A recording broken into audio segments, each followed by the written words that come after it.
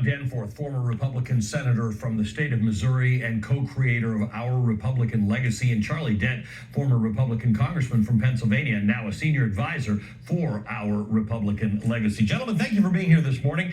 Senator, good to see you after a very long time, and welcome to Velshi. You and your co-creators of this initiative have made it clear that you're not trying to tell people how to vote, but you're also making it clear you think Donald Trump has wrecked your party. Tell me why the distinction. Why not just tell people don't vote for Donald Trump while we fix our party? Well, we wouldn't presume to do that, and we assume that a lot of people who think the way we do will vote one way or another in the presidential election or any other election. What we want to do is to set up the clear contrast between the traditional Republican Party, the party that Charlie Dent and I and others knew, and what has happened just in the last 7 years, when we have turned away from being a conservative party to being a right-wing populist party. And there really is never the twain shall meet. So the American people, the Republicans, are going to have to make a choice. Are we the party of Reagan or are we the party of Trump? We cannot be both. Charlie, you know I've said many times on this show that I think it's unhealthy to have one functioning political party in the country, no matter where you stand on the political spectrum. You're part of this effort as an advisor, and in Senator Danforth's op-ed, it says, while Our Republican Legacy will not tell people how to vote, but will instead offer, quote, a framework for thinking about the decision and for helping to secure America's future beyond 2024, no matter what happens on Election Day, end quote. Is the start of this Republican comeback that you're not just hoping for, but working toward now, supposed to happen before or after Election Day? And what are the consequences of it being before or after Election Day? Well, clearly, we want this movement to begin before Election Day, but we intend to carry it on after Election Day. Ali, look what's happening right now. Nikki Haley is getting somewhere around 20% of the vote. She's not even a candidate for the Republican nomination at this point. It's clear there are millions of dispirited and disillusioned Republicans who have been yearning for an alternative narrative, an alternative argument to MAGA. They have not gotten that. Too many elected officials have been too quiet or too acquiescent. Silence is not an alternative. And what we are doing here, Senators Danforth, Cohen, Simpson, and others, we are trying to provide that alternative based on the 5 principles that you outlined. These are principles that we think contradict much of the MAGA agenda. And there are a lot of Republicans, frankly, who are dispirited, and also those, many of whom are voting for Donald Trump right now, holding their nose doing so, want an alternative. And that's why we're advancing these principles of fiscal responsibility, the Constitution, the Union, keeping the country together, free markets. We're against these crazy tariffs and price controls. I mean, we want to draw a contrast. We embrace allies and believe in pushing back against aggressors like Vladimir Putin. So this is what we want to do. We want to provide that space. We got to build a movement. We got to start somewhere. We've been too quiet for too long. And so, Senator, the history has showed that this is how movements start, right? They start as discussion spaces or salons or whatever the case is, and they move out. But in your opinion, what does success look like in the short, when I say short term, meaning before the election, the medium term after the election, and the long term, at which point there is a functioning Republican Party of which its members can be proud? Well, the Republican Party has been in business for 170 years. The MAGA movement has been in business for 7 years. We want to restore the traditional Republican Party. The sooner the better. We know that it's not going to happen overnight. We know that right now the MAGA group really is in control of our party.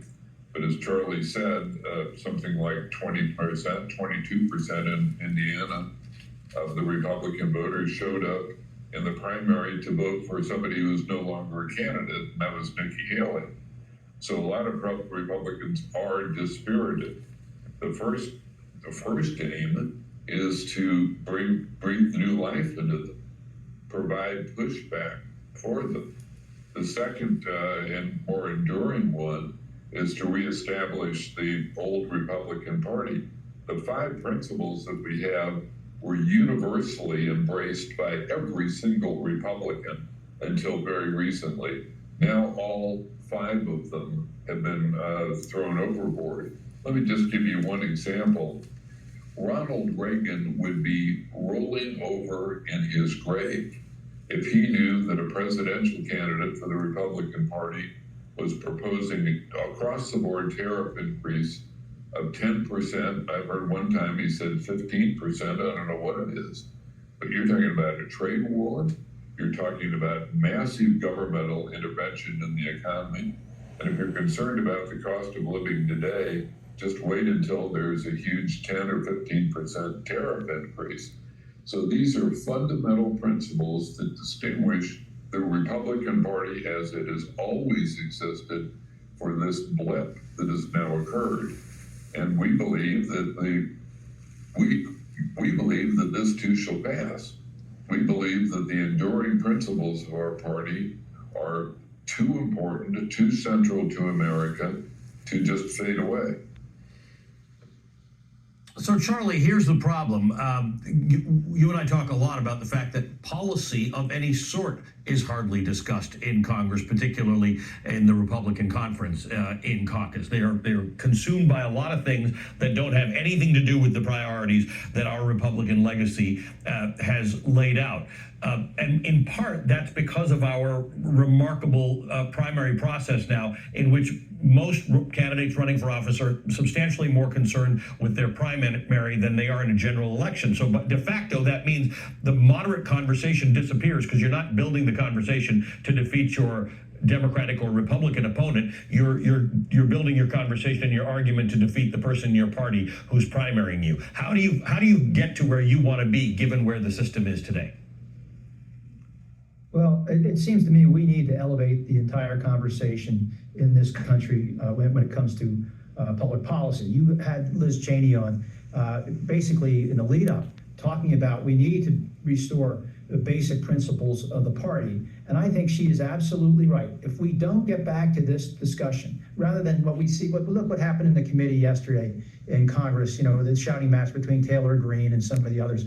I mean, it was terrible. We need to elevate this conversation away from fealty to one individual, deeply flawed individual, to these enduring policies and principles that have sustained this party for 170 years, from Abraham Lincoln to Theodore Roosevelt to Dwight Eisenhower to Reagan and the Bushes and McCain and Romney, et cetera. We need to elevate this conversation and get back to something that is enduring. These MAGA roots are very shallow, as Senator Danforth just said. 7 to 10 years, they've been around, and they really don't have a policy agenda that is coherent, or frankly, one that advances America's national interests as they should. So we're going to start here. And again, this is how movements begin. We have to start with this conversation. There are plenty of people out there who agree with us all across this country. It will be good for the Republican Party. It'll make our party healthy again. It'll be very good for America.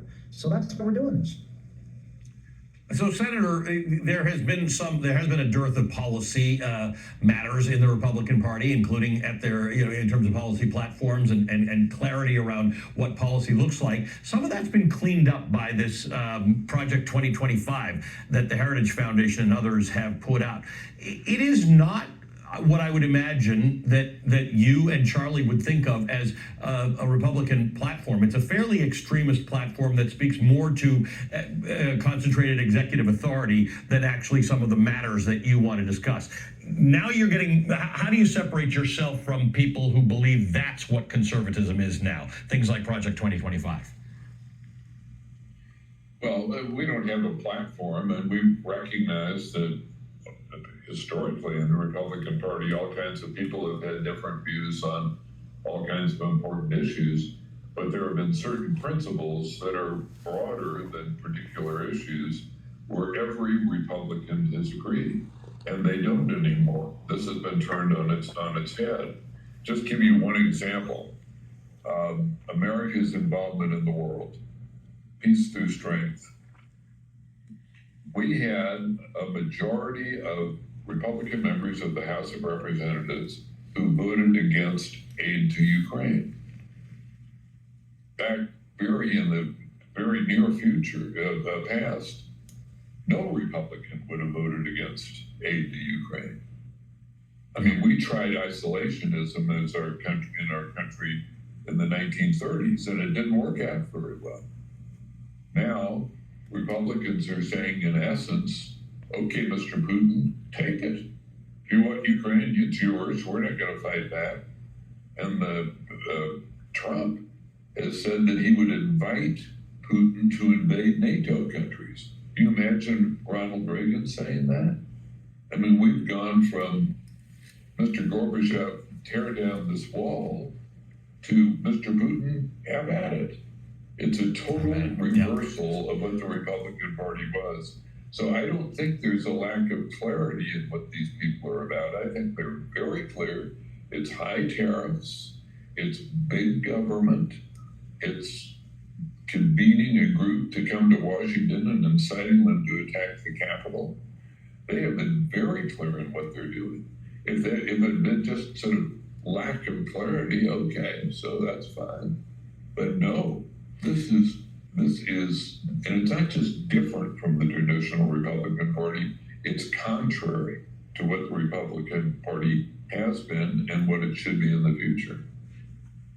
Well, I appreciate the thought that you put into this and having this discussion. Charlie, you know I like nothing more than actual policy discussions than just the hope that we'll get to it. So I appreciate that maybe you're headed in that direction. Former Republican Senator John Danforth of Missouri is the co-founder of our Republican Legacy, and former Republican Congressman Charlie Dent of Pennsylvania is the senior advisor to our Republican Legacy and the executive director and vice president of the congressional program at the Aspen Institute. Straight ahead, the Supreme